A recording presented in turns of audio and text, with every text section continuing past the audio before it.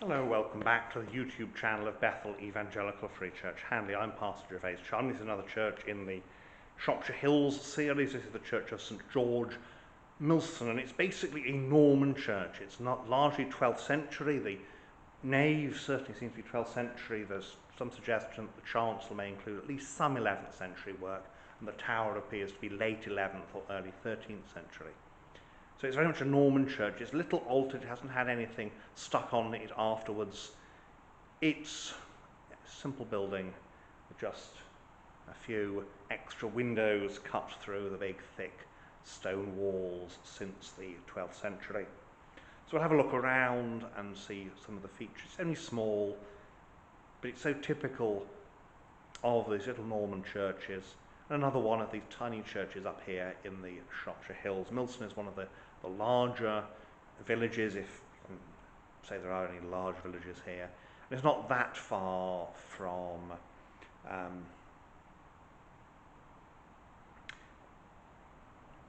can't remember what the place is called, but it's not that far from Neen Solars, that's the place, or indeed from the from Clearbury and Mortimer, which is a small market town. It still feels like the middle of nowhere, even when you've got jet aircraft flying overhead.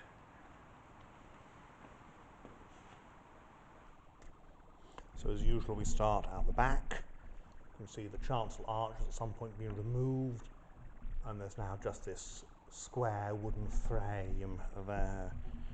Some of the back pews have been taken out to make an open, more flexible space for things like weddings and refreshments and such like.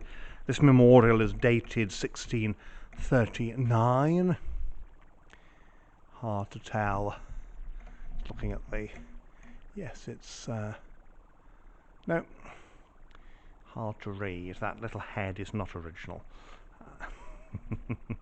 The font is a lovely big Norman tub, bit irregular, and all the better for it.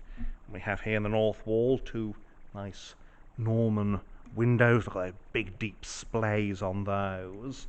There's another one here on the south wall, and then we've got these two pointy windows that have been cut through at a later date to give a bit more light.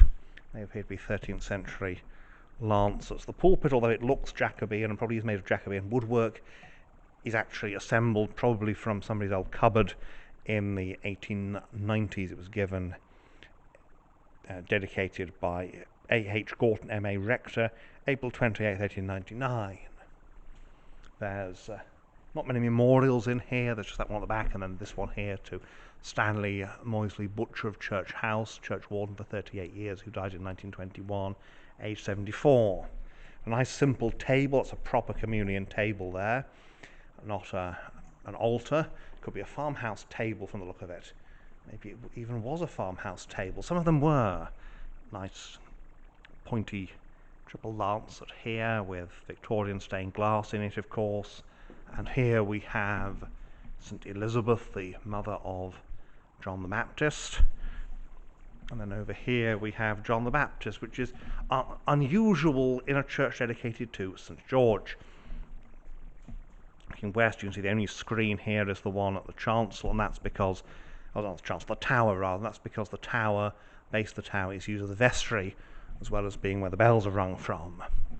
So the minister needs some privacy in changing. And then we have here war memorial to the glory of God, an honoured member of the men of this parish who gave their lives in the Great War 1914 to 19. In 19, of course, is when the actual peace is signed. William Bridgewater, Thomas Henry Butcher, Charles Davis, Albert Wakeman, John Wall, and Thomas Ernest Williams. Their name liveth for evermore. And then here we have memorial to Colin Price Edwards, who in his 20th year fell in the Battle of Tobruk on February the 4th, 1941, who lives if freedom fall, who dies if England live. Of course, Tobruk, one of the great battles in the Western Desert. And there's that lovely font again. Nice solid lump of masonry there. Nice solid lump of stone even there.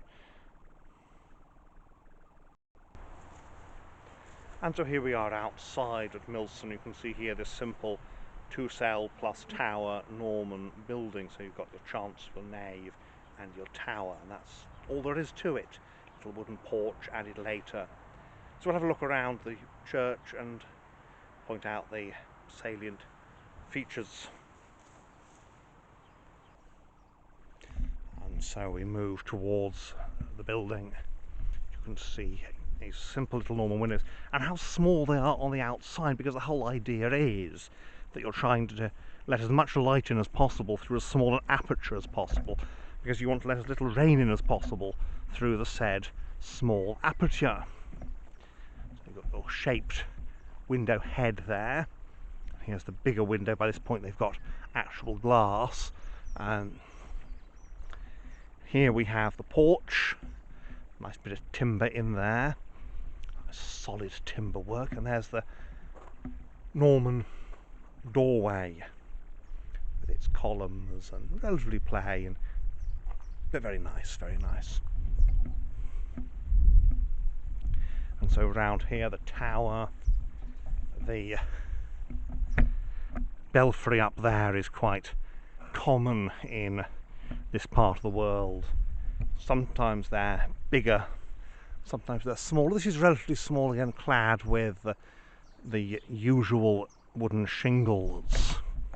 Bees very often make their homes in historic churches. You can see the bees there clustered around that hole where they'll be making their honey and nesting this year, so don't annoy them. They live here. I'm just visiting. North doorway. Here we have no tympanum here. Very simple, and you can see they've just got the electricity cables coming straight in through it, and why not? They've got to come in somewhere. Restored Norman window there, and the other Norman window here in the nave. You can see these are of a different style or different size than those in the chancel, which leads to the idea the chancel may be a little bit earlier, but it may just be a stylistic thing. And then we come back around here and the east end, and that window is basically, it's been renewed fairly recently, but still it's a triple lance that no one's going too over the top with it, which is nice. We don't want people going too over the top with these things. And so here we are right back round on the south side again, and there is that lovely wooden porch. And so there we have it, St George's, Milson. Lovely little church, well worth the stop off. One of these buildings where it's the structure itself and just this atmosphere of this simple Norman building that is worth coming here for. Well, thank you for watching, and may God bless you and keep you until next time.